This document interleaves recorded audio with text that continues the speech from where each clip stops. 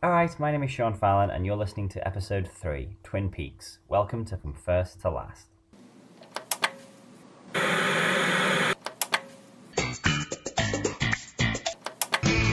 No one told you.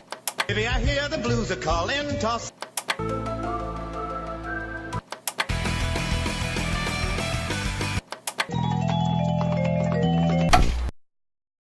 Hello again, and welcome again. My name is Sean Fallon, and this is From First to Last.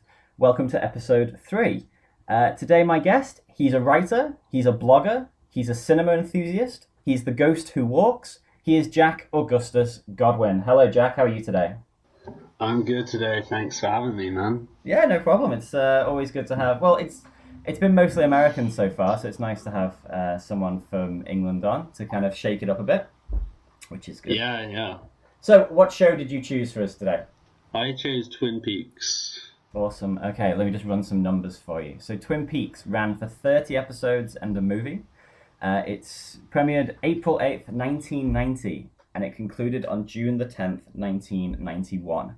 So, with Twin Peaks, you have sort of a quite unique experience, as recently documented on Audiences Everywhere. Do you want to tell us about that?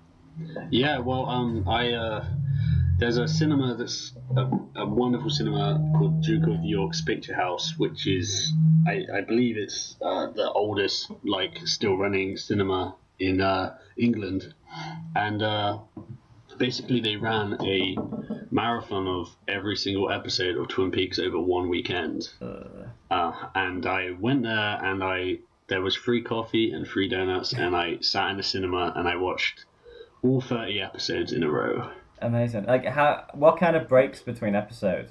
There was they showed two together, so it's like watching a movie, basically a short movie, Okay. and then you get 15 minutes break, and then launch into the next one, and then I think we got like an hour for each, meal, so and I think the only time I slept was there was a breakfast thing at 6 a.m. on the second day, and me and the person I went with just had a nap for 45 minutes of that, and that was it. So you just went in, sat down, and it started, and then you didn't emerge until. So it was like you went in on Saturday afternoon and emerged on Sunday morning, or. I went in on a Saturday morning and came out on Sunday evening. That's incredible. Yeah, it was weird because on during the breaks, sometimes I would just go outside for fresh air, and you just completely. I'm sure you've had it where you go in the cinema maybe early evening and you come out and it's suddenly dark and it feels strange. Yeah. But I just had that 10 times because I'd go out at 4 in the morning, and then be like, oh right, I'm seeing drunk people walking past on their way home.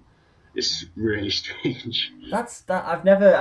The only time I've ever really done a full movie marathon in the cinema was when Dark Knight Rises came out. I managed to persuade my wife to come with me, and all it was, we went and they showed Batman Begins, 15-minute break, Dark Knight, 15-minute break, and then it was the midnight premiere of Dark Knight Rises. And even that was 9 hours in the cinema, and afterwards we sort of came out and we were knackered.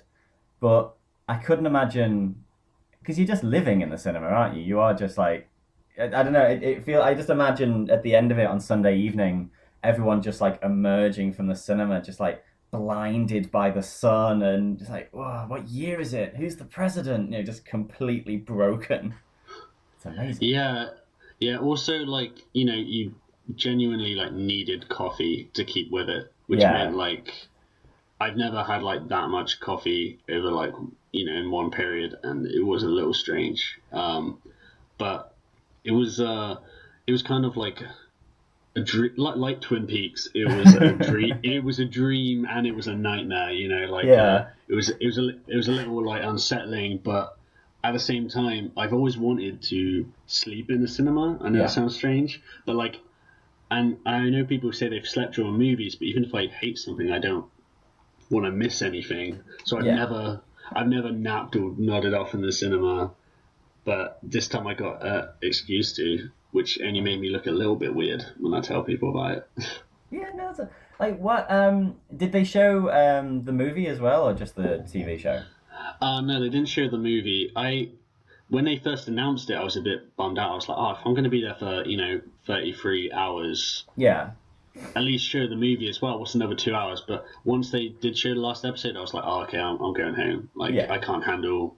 I was planning on when I got home just putting in the DVD of Firewalk with Me, but I got home and I was like, I can't handle this anymore. And I just I just had to try to sleep. Yeah, no, that's absolutely nuts. So, I mean, with Twin Peaks, how did you first get into it? Like, how did it first sort of enter your sphere of influence? I think I just a friend of mine had referenced or recommended David Lynch, and I think I saw Eraserhead, which I love, but I don't think it's the best introduction to a director. I didn't know what was going on, but and then they said, "Oh, when you check out Twin Peaks," and I got into it and I watched it all. It was like I don't know, maybe like 4 or 5 years ago, and I just slowly watched it and got really into it, and then after that I was like, it was one of those things I was kind of looking for a new director to obsess over. So Yeah. I just went through Lynch's filmography and have been obsessed with it ever since. I've just finished reading a book of interviews with him called Lynch on Lynch, which is great. Yeah, so it's kind of like my main focus in terms of media. It's really strange because I've read, ended up reading. There's David Lynch's daughter actually wrote a book that came out between season 1 and season 2 called The Secret Diary of Laura Palmer, Yeah. which didn't tell you who the killer was, but alluded to it a little bit, and that Okay. was great. And I've got the soundtrack and all this.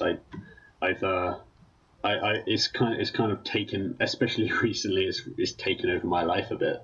Yeah, no, well, there's a really good book actually that I need to get my hands on, The Oral History.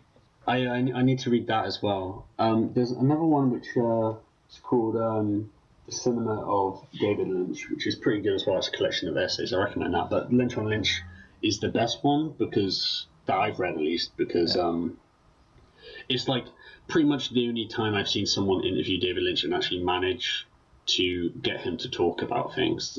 Because Okay.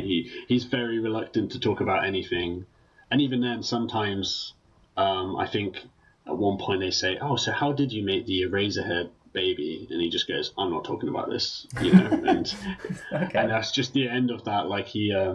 He's very secretive about a lot of stuff. But when he does speak about it, it's kind of really interesting. Okay. See, for me, Lynch is a bit of a blind spot because I think I watched Mulholland Drive last week, sort of in prep for this, just to sort of get myself in that in that mindset, and then I sort of realised I think I've only seen obviously Twin Peaks, Mulholland Drive, Blue Velvet, and Dune. That's it. I think. Well, to be honest, those are like cornerstones, really. June, not necessarily for the right reasons. Yeah, that's it.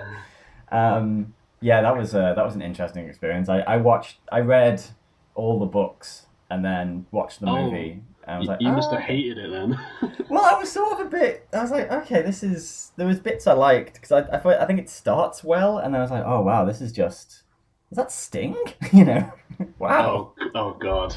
I will say because it's notorious for being so bad. I was surprised at how much I liked it, which wasn't very much at all. But I did. I think the first time when Patrick Stewart shows up and he has this weird terrible 80s CGI armor Oh that yeah. appears on him, and I was just like, this is amazing. This is kind of trashy goodness. Yeah. Yeah, I like stuff in there, but I mean, that's just the worst adaptation scenario where the book fans aren't happy and the general audience is don't know what the hell's going on. You know, Yeah. like what is this spice? Like you come out at the end of the movie, I still don't know what the spice is. Yeah, the big fish engineer thing, and just I mean, it was basically the fact if you watch it now, Patrick Stewart has not aged. Just it is just Patrick Stewart. It could just be Yeah, Patrick Stewart now, which is he's it's like incredible. he's like Leslie Nielsen in that there's just a whole period of time when they just like look exactly the same.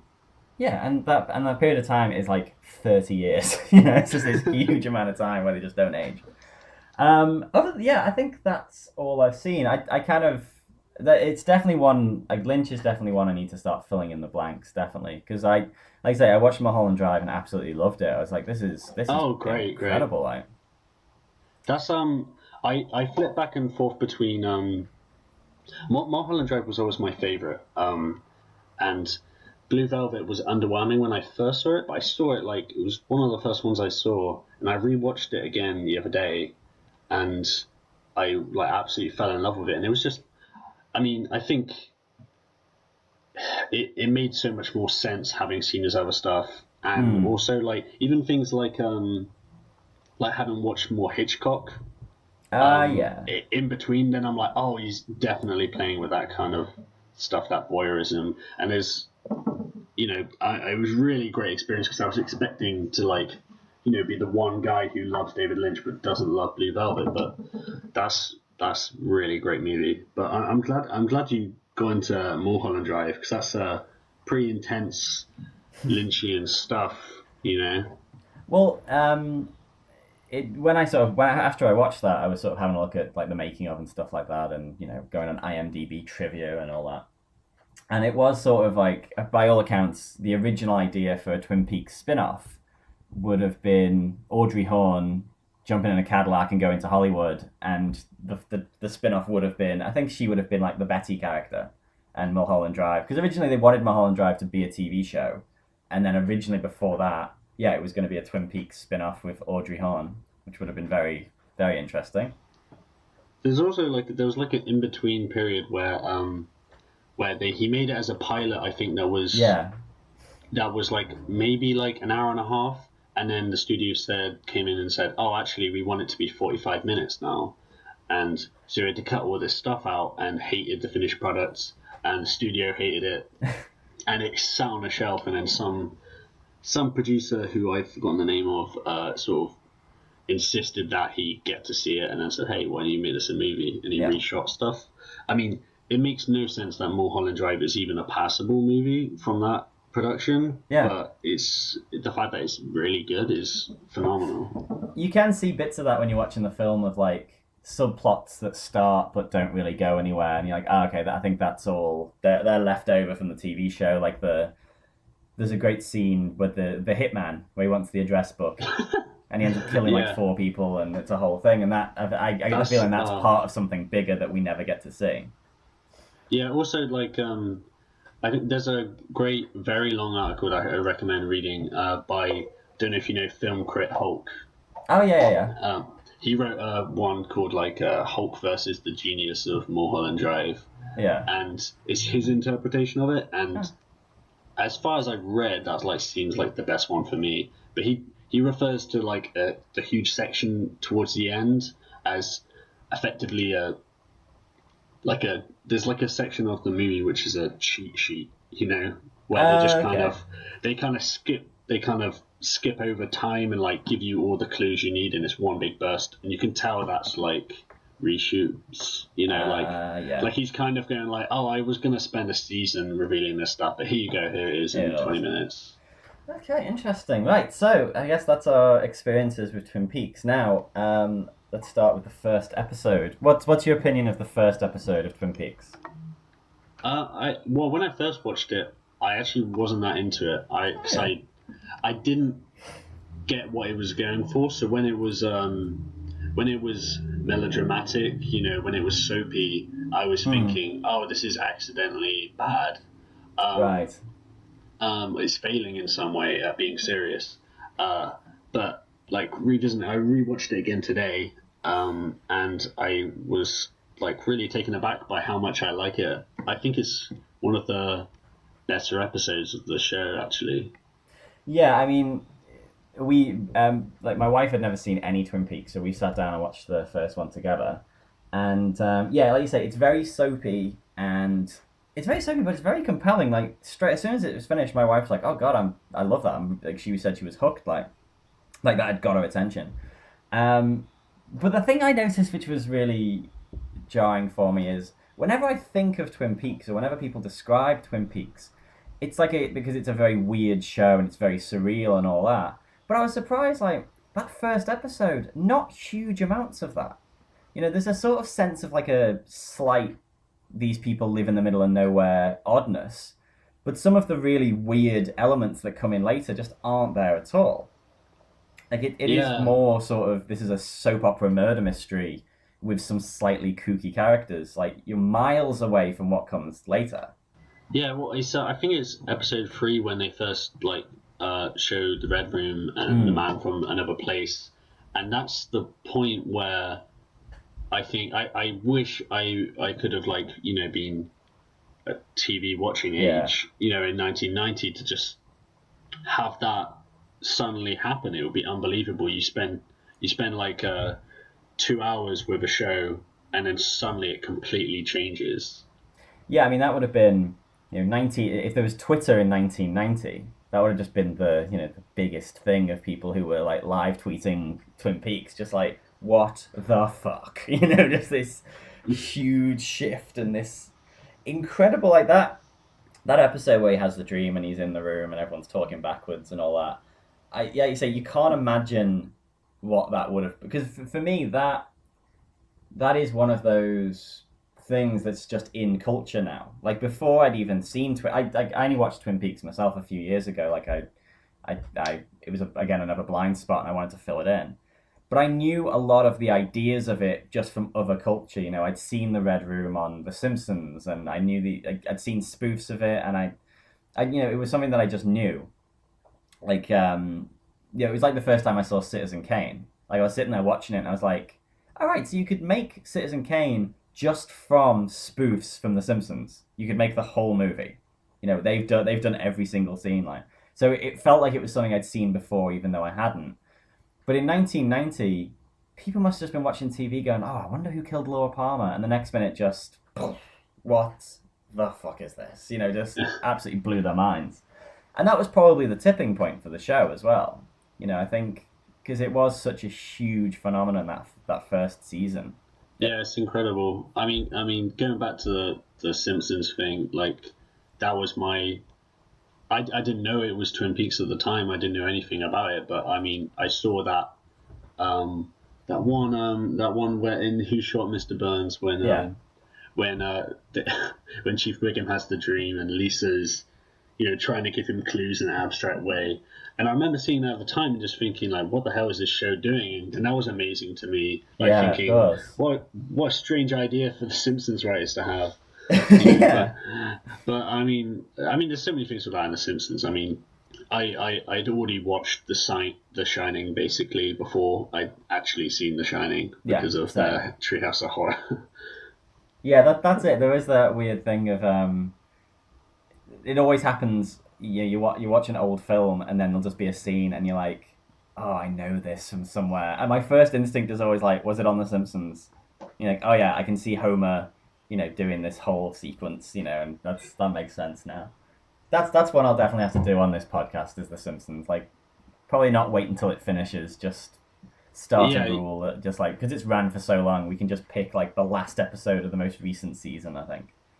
I feel like it's going to go on until like after we're long dead. Yeah, I think that's it. The Simpsons will bury us. Yeah. And that's it. So yeah, sorry, going back. So the first episode, there's a lot to like in it and a lot of weird things, but obviously it has, for me, like Dale Cooper.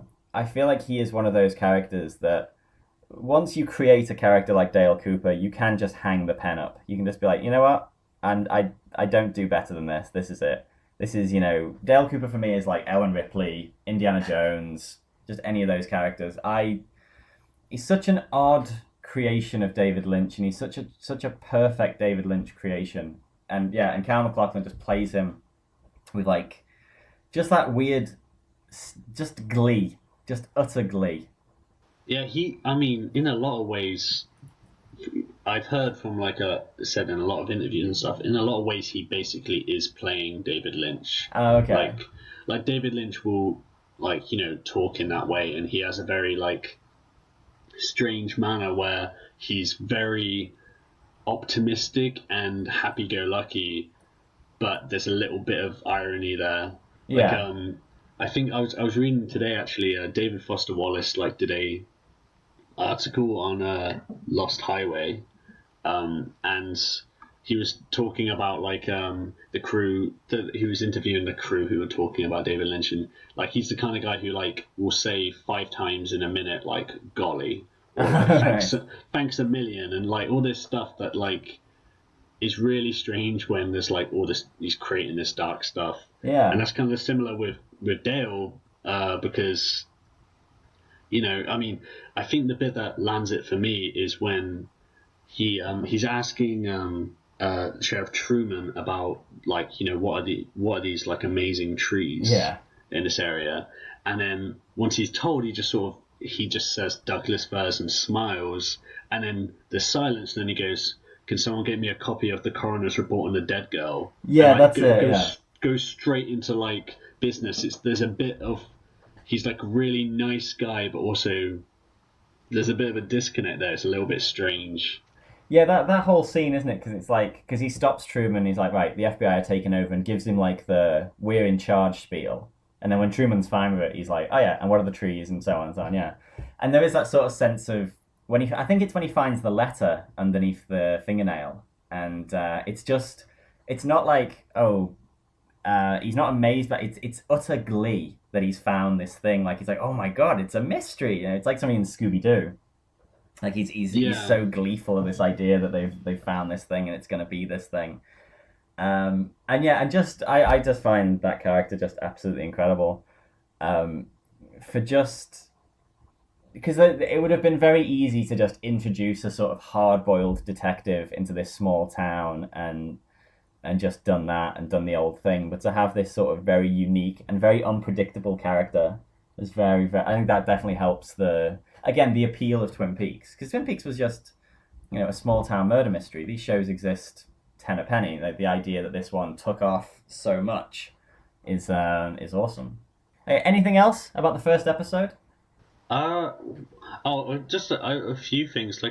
I just this is just one shot which I think might be, I mean, it probably is my favorite shot in the whole show, and kind of sums it up in a way. It's just, there's a shot of Laura's face when she's on the table in the morgue, and they just there's a transition into just the trees blowing in the wind, and it's one of with the sound as well. It's one of the most it really captures the show just in that one shot, and I absolutely love it. Yeah.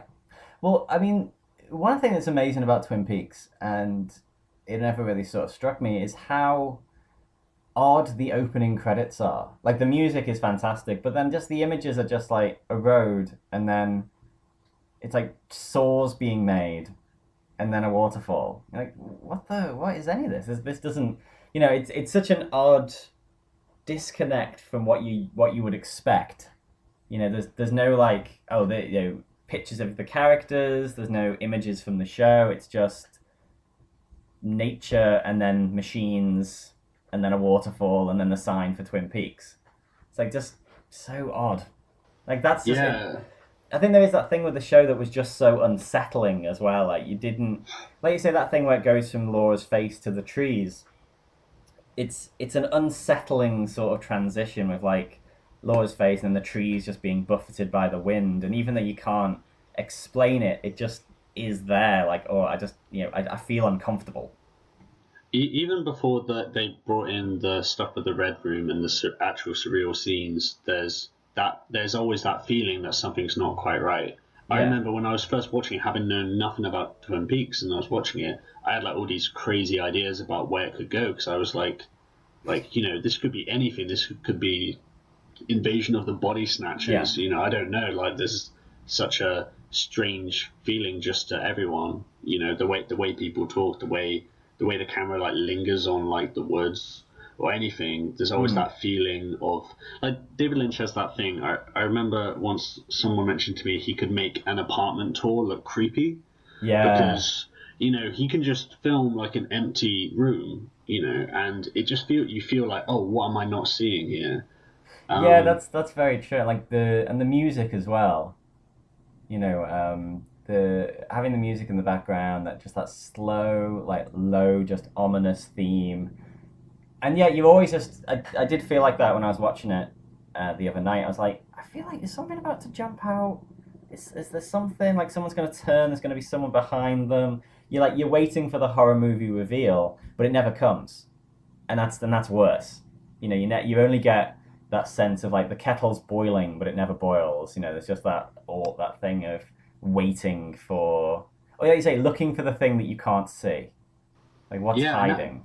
And that's exactly what he wants, really, because that's why they didn't want to reveal the killer at all. That was like the thing they were forced into doing, and then they did it, and they knew who they wanted to be the killer from the start, but they, the idea was that feeling of like chasing the mystery and being like, oh, what's next? Yeah, like that's kind of why I think the ending works, because like you have to it's the kind of thing, this show has to kind of go on forever. Yeah. In a way, like there's no way to, like, if things were completely satisfied, it would go against like the whole philosophy of the show. It's why like I think one of the closest things to Twin Peaks actually is Lost, which I came to way before Twin Peaks, and that was where I first got that feeling of something just weird and out of place would happen, and the episode would end. And you think, oh, I'm so interested, and I don't even know why. Yeah, I think. Yeah, so I can.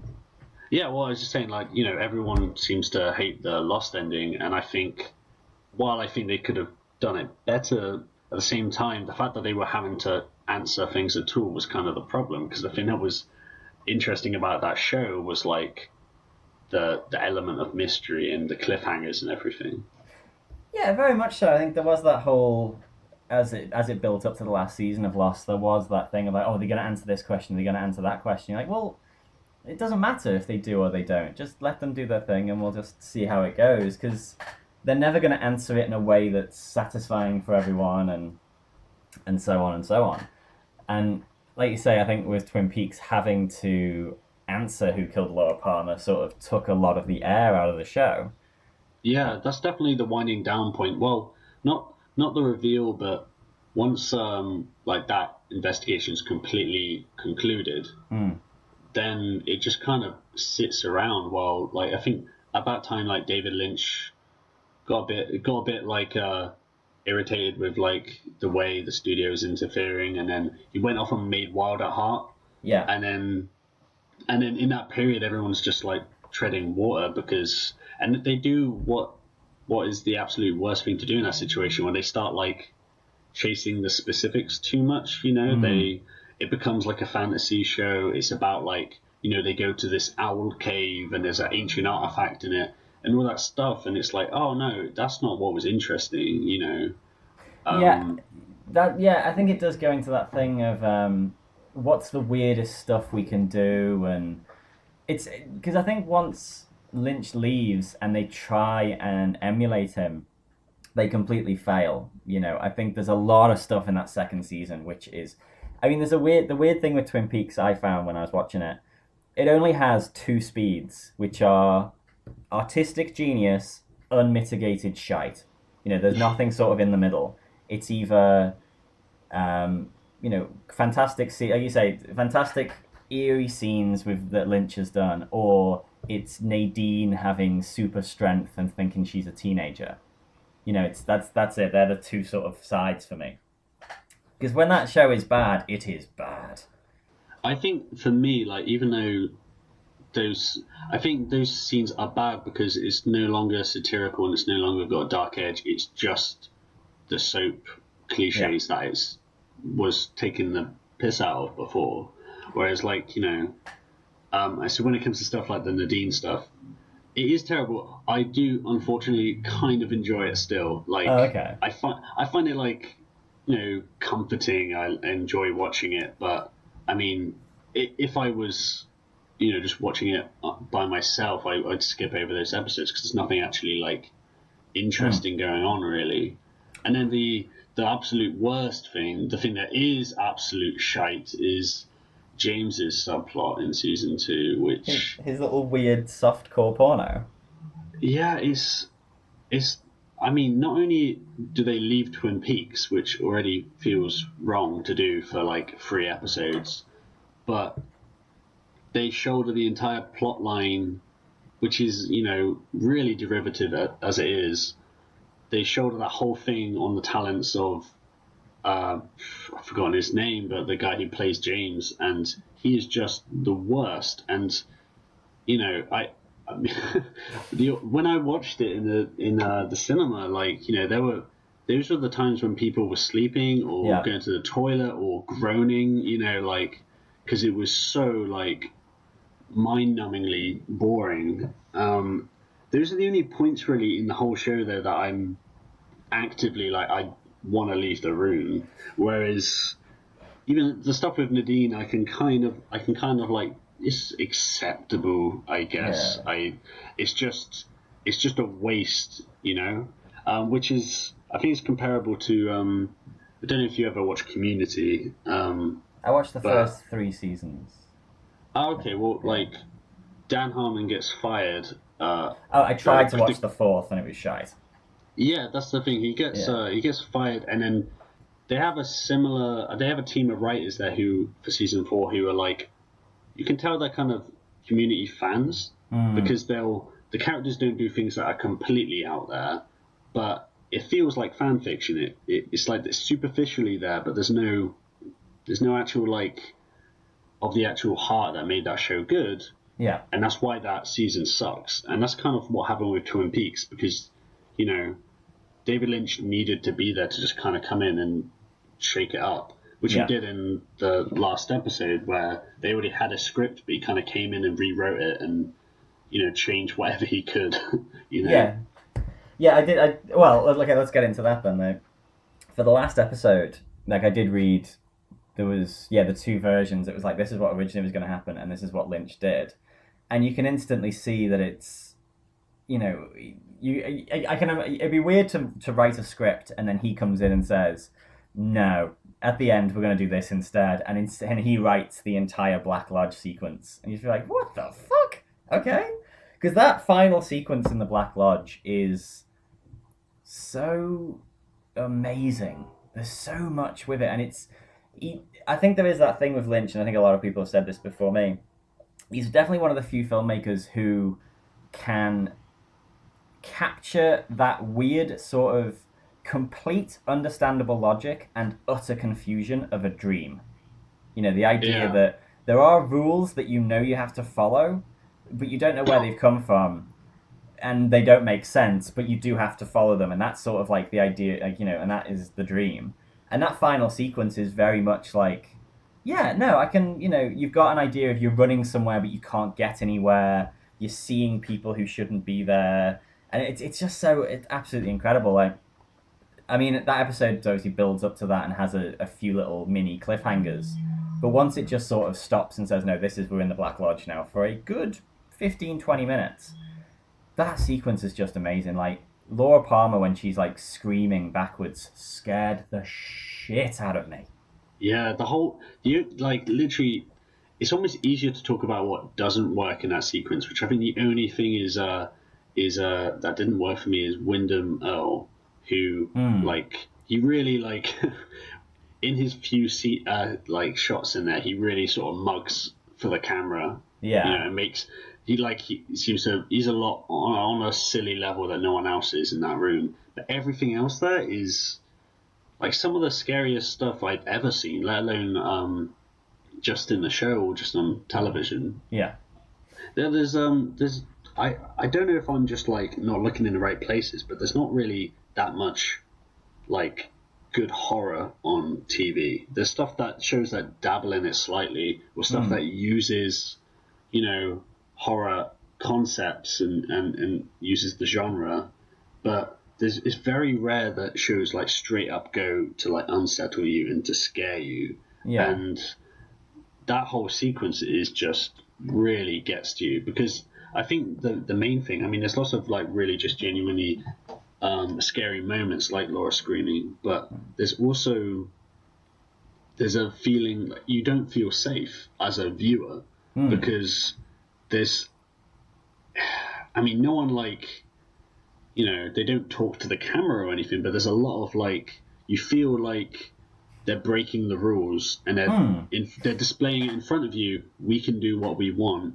This isn't gonna like have a happy ending in the way you'd expect it to, which culminates really in one of the last things in Black Lodge I absolutely love is the moment where Cooper's doppelganger just walks up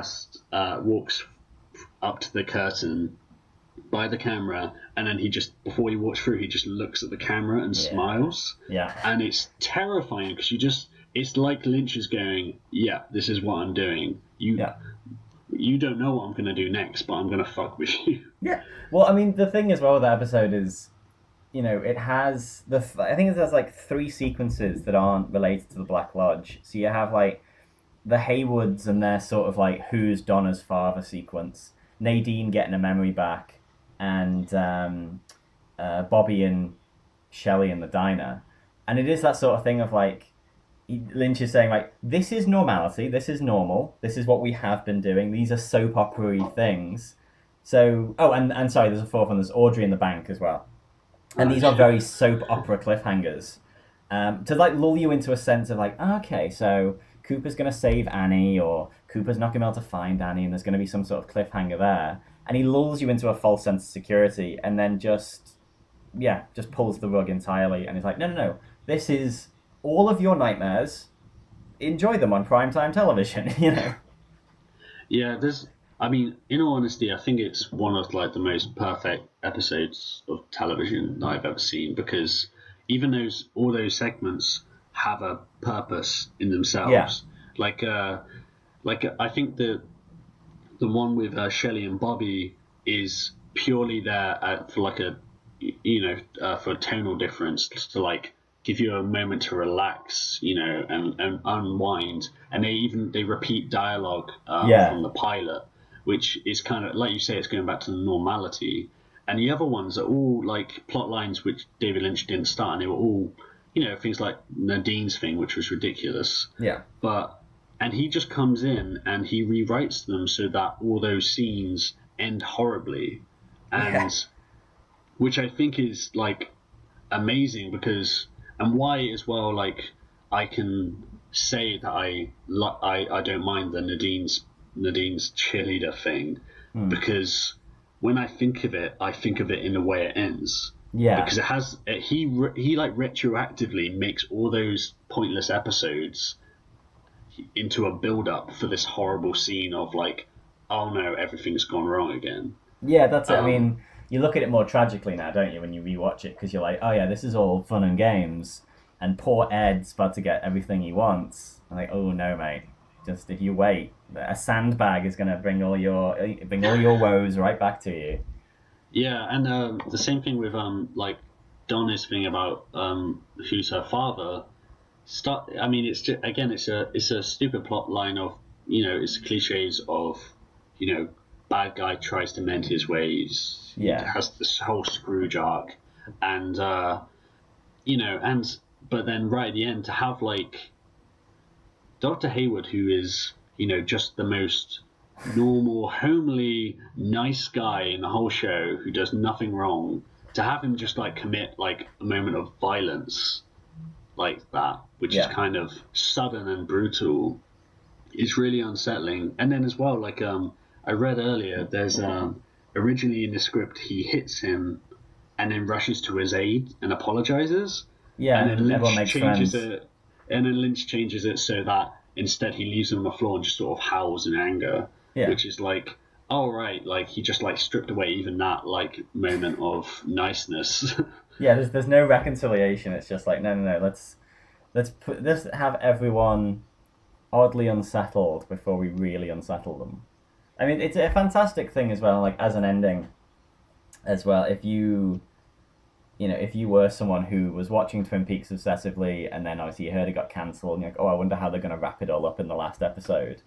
So the final image is like the one pure character is trapped in the Black Lodge and been replaced by this complete evil version of him, and then the credits roll. Fuck you. That's it. Done. It's odd because I mean, I always, without knowing anything about it, I always thought of it in my head as that Lynch knew the show was getting cancelled and came over and put the cherry on top. But then reading into it, it's like, oh, he came in for the ending and changed what he wanted to, but he thought he was hoping for a season 3. He was hoping to continue that plot line. It wasn't meant to be an ending. But this is where I think the whole death of the author thing comes in for me, because I think as a piece of art, as a 2-season show, that works as an ending because it's a really kind of nihilistic ending, but it's a kind of thing of that whole thing they say about the Black Lodge of if you go in with imperfect imperfect courage, then you will be annihilated or whatever the phrase is. And the idea of Cooper demonstrating just his absolute pure heart throughout the whole thing, and then to be taken over in that way is really shocking. Because even after the Black Lodge sequence, you don't expect them to break the rules in that way. You don't expect them to have that turn. Yeah, I mean that's it. He gets rescued from the Black Lodge, so you sort of think, okay, how would it end? I'm not going to try and out Lynch and end it, but Cooper is your moral center. He is your hero. He's the one who's supposed to be incorruptible, especially because that character is just a pure good guy, isn't he? You know what I mean? He just does good things, and so to have that shift of like I was saying, in that episode you have normality and it shifts to the Black Lodge, where you have your sort of your North Star is Dale Cooper, but then at the end of the episode, no, that's gone as well. So what's going to happen next in this town full of people who have done terrible things, and now your one good guy is also now the worst guy, and then it ends. Yeah, I mean, it makes me very, very curious about the next series, the limited series that they're making now. Because I no idea how they're going to follow it up. Well, apparently, I think in October this year, Mark Frost has written a book which is supposed to bridge the gap, and then okay, and then but the TV show looks amazing. Looking at Naomi Watts is in it, Laura Dern's in it, pretty much everyone's come back. They've been filming all over the world, and then now there's someone said something on Twitter, because I think it's 18 episodes. So yeah. It's around that. They started hinting at it not being the only one as well. There is definitely a hint that if it's good, they'll keep making them. Yeah, which, I mean, personally for me, this is it feels like a cheating way to get more Lynch, because he made Inland Empire in 2007, I think, and that was after that, everything he said about it, he's been he's making albums and he's painting and all this stuff, but he's saying, oh, I'm never going to make a film again. And now it was that. I found out all this exactly the point when I got into him, so I was really bummed out about it. Yeah. But to hear him doing Twin Peaks, I don't know how he's gonna, bridge the gap. But I'm just glad he's using a camera.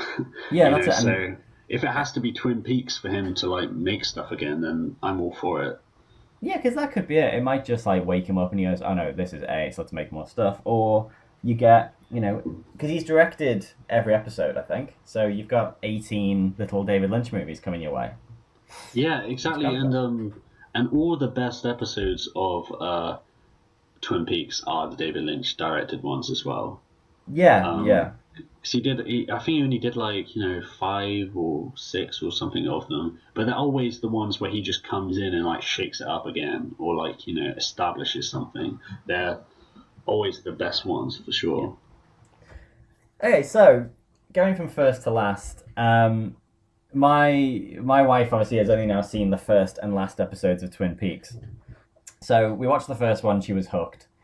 And then before we watched the last one, she was like, "Oh, I don't know whether I should watch this or you can just watch it." And she was going to go away and watch the episodes, as in order and watch the whole thing. And then she changed her mind and said she'd watch the last one. And she was not a fan. And that's it now. She's like, I don't think this is for me at all. Because she was like, "So does this happen all the time?" I was like, "No, the Black Lodge thing is like the Red Room's in like one episode and then they talk about it a bit." And she was like, "Nah, who killed Laura Palmer? Okay, and why is she got no memory? And who's the dude in the cabin with the spiders?" And just wanted all the gaps filled in. She was like, "Nah, I don't need to watch this."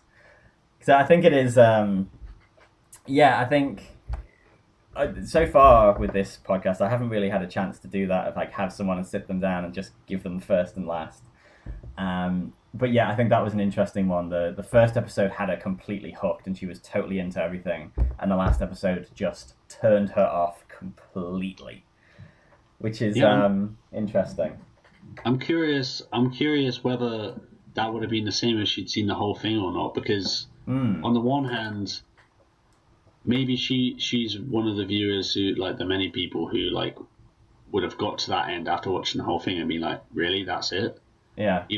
Or like maybe that's why they didn't introduce that stuff in the first episode, so they could lure you into. That was it. Yeah, they can get you used to the weirdness. I'm not sure because I think there's a lot of like a huge fan base of Twin Peaks, but a lot of people watch it in a different way to me. I feel like a lot of people they don't go to the cinema and watch every episode one after another. Is that what you're saying? Yeah, there's only like 20 of us who did that. Yeah. Who stayed until the end.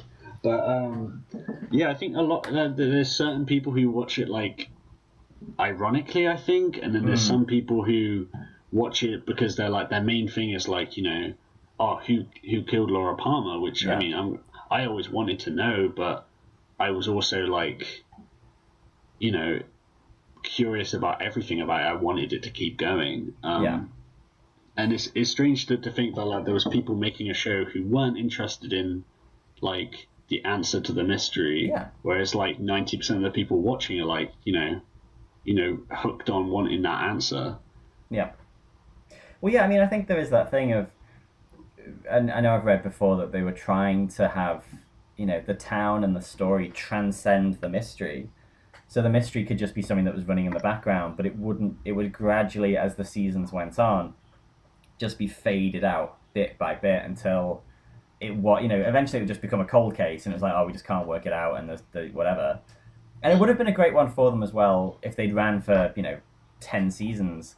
Once the ratings started to dip, they could be like, "This is the season we're going to tell you who killed Laura Palmer," and everyone would have come back. But I think it's a shame that the studio sort of told them that they had to reveal the murderer, because when you watch the show, that is definitely the point where things dip, because a lot of characters lose their point. James Hurley, his whole character arc is based on Laura getting killed. Without Laura in there, he's just some weird biker dude who, like the other teenagers, is sort of trapped in the 50s. Like, because it is that weird thing of like everyone's a grown up, but the kids are all like they're wearing 50s clothes and the bikers, and they're all in like T-bird jackets and stuff like that. And yet there are just a handful of characters who they have no point to exist in the show without the murder mystery. But then the murder gets revealed, and we're stuck with these characters. So they have to send James on some weird double indemnity, stupid plot with a woman with fucked up teeth, and we're supposed to find that entertaining. And it's a real shame. Yeah, well, I mean, I will say that I'm not sure if I'm angry that they revealed the killer, because the episode where they do reveal it is probably my favorite episode. And I do love that one, but it is immediately after that things start to dip, because there's also a thing where when it's a secret, Twin Peaks kind of works as a town, but then there's a scene where Cooper has to tell Laura's mother that Leland killed her, and but then they kind of make it a thing where he's like, oh, but don't worry, like he turned to the light at the end, and then she's like, oh, that's fine then, and then she like disappears from the show, and I'm like, oh, like this is weird, and then like no one, they have a funeral for Leland as if he was like a good guy and everything's fine, and then no one ever talks about Leland ever again. Yeah, which is like, it makes sense for like, you know, the FBI and Truman to like be thinking about the Black Lodge and all this stuff, but everyone else must be like, oh, that's fucked up. Leland like murdered his daughter. Well, they should have kept, because obviously Leland kills himself in prison, doesn't he? Doesn't he run into the wall? Yeah. Yeah. They should have kept him as like a Silence of the Lambs thing. Just had him there, like, and they had to kind of, Cooper would have to go and talk to him, and he'd be all Killer Bob and all fucked up. Like, that would have been awesome. Yeah, I think maybe the writers at that point just like didn't know what to do with him, so like, oh, let's just have him his head on the wall until he dies. Yeah. That's about as creative as we can be. You know, we can't be wasting time on this. We've got to give Nadine cheerleader plot lines. Yeah, exactly. So that's, I think, anything else you want to add about Twin Peaks before we wrap up? Anything pressing, anything? Oh, okay, well, very, very quickly. Now, obviously, the TV show is followed by the movie Fire Walk With Me, which is not well received. You told me on Twitter that you enjoyed it. I really like it. I changed my mind. I watched it actually today, again. Like, I think it's my third time, and each time I watch it, I like change my mind about it. Okay. Like, but I've always like, you know, if you average that out, I do like it each time. But the thing is, it's so different from the show that like I feel like I'm watching it, appreciating it as a Lynch fan, not a Twin Peaks fan, because like there's so many things in there which are both because of what Lynch wanted to do and because of the things he like physically couldn't do in the production. Like they just omitted so much of what people love about Twin Peaks. I think, and like Carl McLachlan, I think he was meant to be there for the full shoot, but then something happened and he couldn't do it, so they rewrote it so that he was in it less. Yeah. And there's a lot of stuff like that. But I mean, there was the missing pieces where there's an hour and a half of deleted scenes, which were thought to be lost, and then they found them like about a year or two back and released them on the Blu-ray.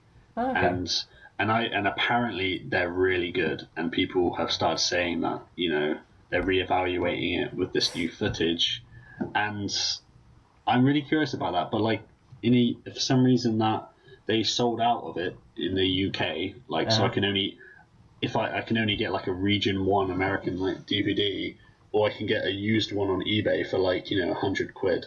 Wow. So I'm not.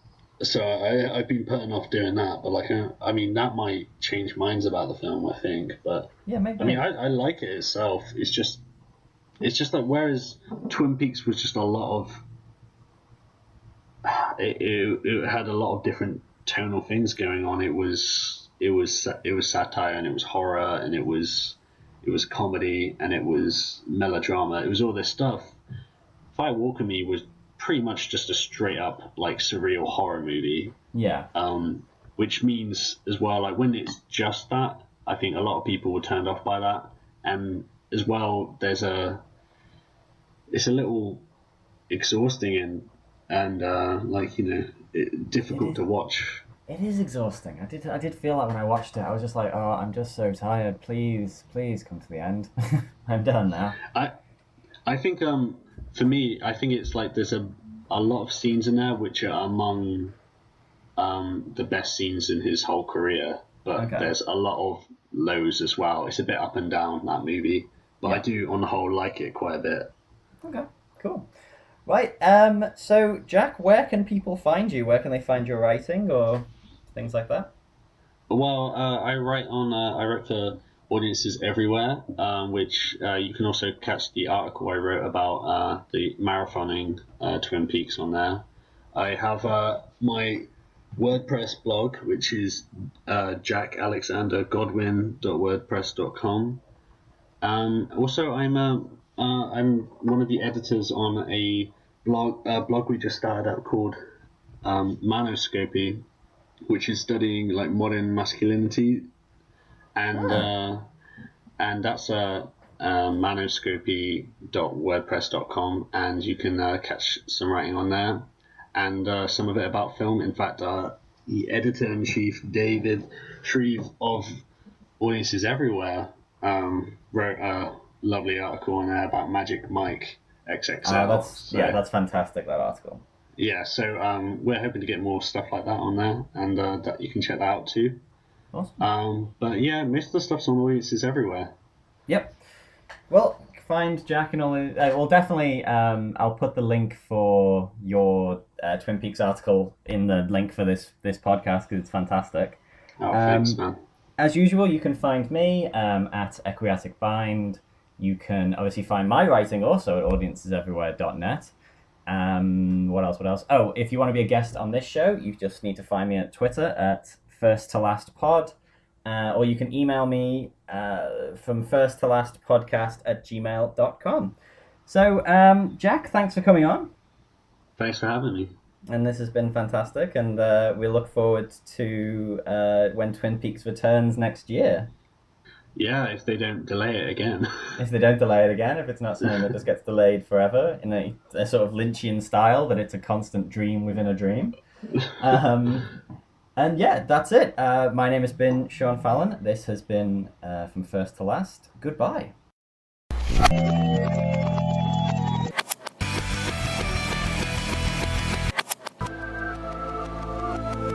Sarsen eller, det skulle med deg her